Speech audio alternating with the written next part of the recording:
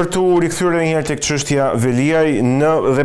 për ta thënë shkurtimisht, në 25 shtator qeveria e shkarkon me vendim të Këshillit të Ministrave zotin Veliaj, i cili vetëm pardje e ka çuar shkarkimin e tij në gjykatën kushtetuese, por edhe qeveria e ka çuar vakancën tek presidenti i Republikës dhe pritet tani pra shpallja e zgjedhjeve të parakohshme ose pranimi i ankimimit në gjykatën kushtetuese. Si e ke parë këtë situatë? Me sa duket, kryeministri i Shqipërisë zoti Rama dhe majoranca qeverisë socialiste tashmë i kanë ndarë duart me kryetarin e Bashkisë së Tiranës Erion Veliaj dhe mundohen padyshim që nëpërmjet një loje politike të ndoshta të vënojnë dekretimin e datës zgjedhjeve, por me qenë se kryeministri ja ka dërguar vakancën për kryetarin e Bashkisë së Tiranës presidentit të Republikës, zyrtarisht normalisht duhej që presidenti të shpreheshe dhe të dekretonte datën e zgjedhjeve në Bashkinë e Tiranës, por edhe në bashki të tjera, pritet të zhvillohen zgjedhje lokale. Por nëse zoti Veliaj ka bërë kërkesë për apelim në gjykatën kushtetuese të vendimit të kryeministrit të qeverisë për shkarkimin e tij sekretarit të Bashkisë, atëherë do të ishte vullës që kryeministri të merrte informacion të qartë nga gjykata kushtetuese nëse është bërë zyrtarisht padia e zotit Veliaj, nëse është depozituar zyrtarisht në gjykatën kushtetuese, dhe padyshim besoj që presidenti i Republikës si një institucion kushtetues duhet të presë vendimin dhe shprehjen e gjykatës kushtetuese nëse qeveria ka vepruar drejt ligjërisht për shkarkimin e zotit Veliaj, i cili siç e dinë gjithë do të burg për arsye të akuzave që kanë rritur pak për korrupsion ndaj tij. Po, ti si mendon, si do të shkojë kjo gjë, domethënë nëse provojmë të bëjmë një parashikim? Unë mendoj se zgjedhjet për Bashkinë e Tiranës do të zhvillohen shumë shpejt. Nuk e di nëse gjykata kushtetuese ka pranuar një padi zyrtare të zotit Veliaj, por do të ishte e vullës që kryeministri, presidenti i Republikës së Shqipërisë të dekretonte një datë zgjedhje në kohën kur gjykata kushtetuese zyrtarisht do të shqyrtojë lishmërinë e vendimit të qeverisë dhe për arsyeën e vetës se nëse gjykata kushtetuese hidhte poshtë vendimin e qeverisë dhe pranonte pretendimet e zotit Veliaj, atëherë ligjërisht zgjedhjet do të ishin pa vlerë, do të përsëritet edhe një herë. Pra nuk besoj në farë mënyrë që presidenti do ta dekretojë tani datën e zgjedhjeve pa pas një informacion zyrtar nga gjykata kushtetuese nëse do ta shqyrtoj apo jo kërkesën. Nëse nuk do të shqyrtohet nga gjykata kushtetuese, padyshim që do të dekretohet dhe do të ketë zgjedhjes brenda afatit kushtetues në Bashkinë e Tiranës. Nëse gjykata kushtetuese do ta shqyrtojë në themel padinë e zotit Veliaj, atëherë nuk besoj se presidenti i Republikës e ka një tavër të tillë që të marrë një vendim duke hidhur poshtë një padi e cila është në gjykatën kushtetuese, besoj do të presë vendimin e kësaj gjykate, e cila mund të veprojë në mënyrë të përshpejtuar për dhënien e vendimit të padisë, nëse kjo është bërë zyrtare nga zoti Veliaj. E bëj këtë pyetje në fakt sepse duket që palët politike janë bërë gati për zgjedhjet, pra socialistët të cilët e kanë nxitur edhe shkarkimin politik të zotit Veliaj, por edhe opozita, pra nuk është se palët janë duke pritur, po themi, vendimin e gjykatës kushtetuese në një rast eventual i cili mund ta rrëzonte shkarkimin e qeverisë. Pra duket sikur gjithçka është bërë gati për zgjedhje dhe vetëm gjykata kushtetuese nuk ka dhënë një vendim, ose në të paktën nuk ka dalë me një deklaratë zyrtare për këtë çështje. Padyshim, palët politike në Shqipëri nuk kanë oreks për fushata zgjedhore. Padyshim i fillojnë fushatat shumë herët nga afatet kushtetuese dhe e dim se çfarë prodhojnë një amollit jashtëzakonshme në çdo zgjedhje, një pakënaqësi nga secila palë, kur pala fituese thotë që është absolutisht vullneti i popullit dhe pala humbse thotë që u vollën zgjedhjet, u minuat demokracia nga më argumente më ndryshmet. Ajo që vëreja që zoti Rama është shumë i lumtur dhe komfort në këto zgjedhje për Bashkinë e Tiranës, jo se ka Zorin Marastriliu si kandidate, por se ka përballë një opozitë të dobët, totalisht të shkatëruar, pa asnjë vizion dhe pa asnjë plan se si do ta sjellë, si do të vinë në pushtet, dhe Edi Rama ndihet shumë komod në këtë zgjedhje dhe pret në çdo moment që të përballet me palën më të dobët në historinë e pluralizmit të demokracisë në Shqipëri. Pikërisht këtu doja ta vazhdoja çështjen e dytë sa i takon opozitës dhe organizimit të saj për zgjedhjet e parakohshme vendore në Bashkinë e Tiranës, po jo vetëm në Bashkinë e Tiranës, edhe në disa bashki të tjera që kanë vakancë sa i takon kreut të institucionit. Si duket opozita drejt këtyre zgjedhjeve? Kujtojmë këtu që jemi ende në negociata për kandidatin, ndërkohë që Partia Socialiste e ka nxjerrë që në 11 shtator Ogerta Manastirliun. Unë do të bëj një predikim, do të një parashikim se si do të bëhet zgjedhjet si do përzgjedh kandidatura dhe kush do të jetë kandidatura. Po, patjetër. Bashkinë e Tiranës nga ana e opozitës dhe Partisë Demokratike. Unë do mendoja që në qoftë se tani është momenti i volitshëm dhe më i përshtatshëm që qytetarët shqiptar të vërtetojnë sa shumë e duan Sali Berishën në krye të Partisë Demokratike dhe zoti Berisha të provojë qytetarëve shqiptar dhe botës se sa shumë e do opinioni publik, dhe do kisha thënë që kandidatura më e mirë për të garuar për kryetarin e bashkisë është vetë Sali Berisha. Dhe do ishte gjë shumë e mirë që ai vetë të kandidojë, edhe si kryetar partie, ta lënë drejtimin e sekretari i partisë, të kandidojë dhe në qoftë se dërmohet në rezultatin e zgjedhjeve të Tiranës, të bëj një nder opozitës, Partisë Demokratike, shqiptarëve, Shqipërisë, dhe të largohet totalisht nga skena politike shqiptare, duke i bërë një nder vetvetes, Partisë Demokratike, Shqipërisë dhe shqiptarëve, sepse po ban peng opozitet, po ban peng të ardhmen e Shqipërisë dhe po ban peng padyshim progresin e Shqipërisë dhe opozitës ardhes saj në pushtet. Po, qartazi, zoti Berisha nuk do të kandidojë, nuk ka ndonjë shans që ai të nxjerrë veten aty. Kështu që kë mendon ti se mund të jenë disa nga figurat që, po themi me hamendje, mund të garojnë për këtë post nga ana e PD-s? E kam ndjekur me shumë kujdes deklaratat e përfaqësuesve të folklorës të Partisë Demokratike, dhe padyshim asnjëri prej tyre nuk merr guximin që të përballet me elektoratin e Tiranës, sidomos duke parë se do të kenë një humbje katastrofike më e keqe nga ajo që kishin në 11 maj, dhe padyshim asnjëri nuk merr përsipër të digjet politikisht me shpresën se një ditë me largimin e Sali Berishës nga drejtimi i PD-s do të kenë një shans për të kandiduar, për të marrë drejtimin dhe për të drejtuar Partinë Demokratike. Pra, nëse shihet shumë qartë se eksponentët kryesor afër zotit Berisha asnjë nuk marrin përsipër të kandidojnë, duke parë se është fundi i tyre politik në qoftë një bëjnë gjë të tillë. Ajo që po përpiqet të bëjnë koalicioni i opozitës, do të thosha, me aleatët e ngushtë të vjetër, një antar, një parti të zotit Berisha, të ngjejnë disa kandidatura, dhe këto se janë 3 kandidatura të cilat kanë propozuar, për t'i vënë si tabelëqitje për Bashkinë e Tiranës, duke e pasur sigurt që do të humbin to zgjedhje dhe duke gjetur një figurë e cila do të jetë shumë e lehtë të anëtemohet, do të jetë shumë e lehtë që ti e vihet faje që si ishte e gjetshme, si ishte e prekshme, si ishte e komunikueshme, si ishte përfaqësimi i qytetarëve shqiptar, dhe duke gjetur një figurë që paraqet fotografon realitetin brenda opozitës, atëherë zoti Berisha ka shumë të lehtë anatemoj dhe thotë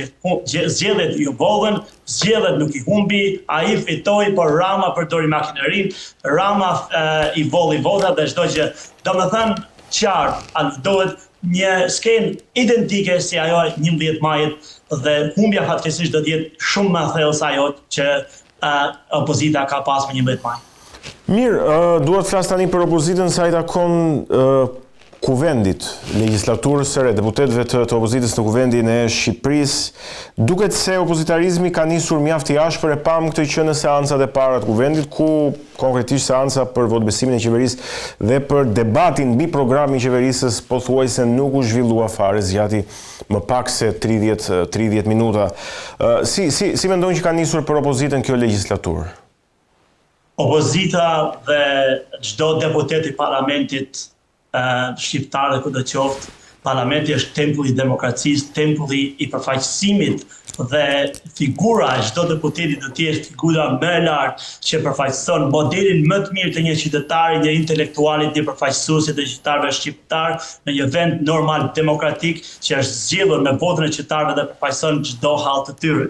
Opozita e sotme, aktuale, e zgjedhur në kushte kur kemi një shkatërrim total të Partisë Demokratike dhe të opozitës në përgjithësi, është një opozitë që do të veprojë, do thosha, në mënyrë kaçakçe, në mënyrë, më thënë, absolutisht të pa etike, të pa vlerë, në sjellje absolutisht që lënë shije të absolutisht të hillur në opinionin publik dhe nuk kanë asnjë rrugë tjetër përveç se veprimeve të dhunës, veprimeve të, më thënë, që janë nuk i përkasin emrit dhe rolit që ata duhet kenë në parlament dhe kjo nuk kishte si të ndodhte ndryshe për arsye sepse numri i deputetëve të marrë nga opozita dhe Partia Demokratike është i papërfillshëm nga mazhoranca socialiste e cila ka 83 vota dhe se ka problem të bëjë 84 vota, ndoshta edhe vota të ndryshme e nevojshme për të ndryshuar kushtetutën dhe deputetët e Partisë Demokratike të opozitës janë aty vetëm për t'i bërë sehir mazhorancës dhe qeverisë socialiste të zotit Rama. Pra, unë e kam thënë shumë qartë edhe përpara se është një fatkeqësi e jashtëzakonshme për demokracinë në Shqipëri, për demokratët, që Partia Demokratike është reduktuar në një absolutisht në një kukull parlamentare ku gjëja vetme është që vetëm bën zhurmë, lakadan, sjellje të pahishme, fjalë të pa edukat që nuk s'duhet as t'i shohin njerëzit në ekranet e televizorit gjatë ditës dhe absolutisht mendoj që është fatkeqësi e madhe për opozitën në përgjithësi, për popullin opozitar, po padyshim për gjithë Shqipërinë, sepse në mënyrë të tillë Edi Rama qeverisë pa asnjë pengesë bën çdo ligj që të ketë nevojë, bën çdo drejtim edhe çdo politikë që atij i ngrihet në mëngjes dhe i vjen ndërmend dhe Sali Berisha, opozita në përgjithësi dhe Partia Demokratike parlamentare nuk ka asnjë shans ta pengojë. U pa shumë e qartë në miratimin e buxhetit, një elementi kryesor për qeverinë, i cili duhet ishte diskutuar me ditë, por u miratuan punë sekondash. Domethënë është absolutisht një tragjikomedi që do të shfaqet rëndomti 4 vitet e ardhshme në Shqipëri, nëse opozita nuk i thirr mendjes dhe nuk vetë organizohet dhe nuk i kërkon falje shqiptarëve për, sidomos demokratëve, për situatën në cilët ndodhet populli opozitar. Megjithatë, le të kalojmë pak edhe tek qeveria sa i takon programit politik të qeverisë për 4 vitet ku jemi futur integrimin në Bashkimin Evropian, që në fakt është për vitin 2030, është për mandatin tjetër, jo për këtë, por është diskutuar edhe, po themi, në takimet të ndryshme që kryeministri Edi Rama ka patur në samitet e Bashkimit Evropian, që mund të ketë një antarësi më të shpejtë se viti 2030 në fakt. Nga ana tjetër, rritje rrogash, pensionesh, ujë 24 orë, si do ta analizojë, po themi, programin e qeverisë, pikat më të rëndësishme të tij po flas për këtë 4 vjeçar? Zoti Rama është në mandatin e 4. Çdo qeveri, kudo që kishte qenë në një vend demokratik, të kishte marrë minimumin e mundshëm të deputetëve në një parlament demokratik. Është fal me vështësisë dhe situatës së dhimbshme të opozitës që Edi Rama sot mbretëron në pushtet, në parlament, në qeveri, dhe ka çdo pushtet të vetin dhe bën çfarë dojnë në Shqipëri. I vetmi opozit ndaj zotit Rama sot është Bashkimi Evropian, Britania dhe Shtetet e Bashkuara të Amerikës. Opozita zyrtare fatkeqësisht nuk ekziston. Në këto kushte, zoti Rama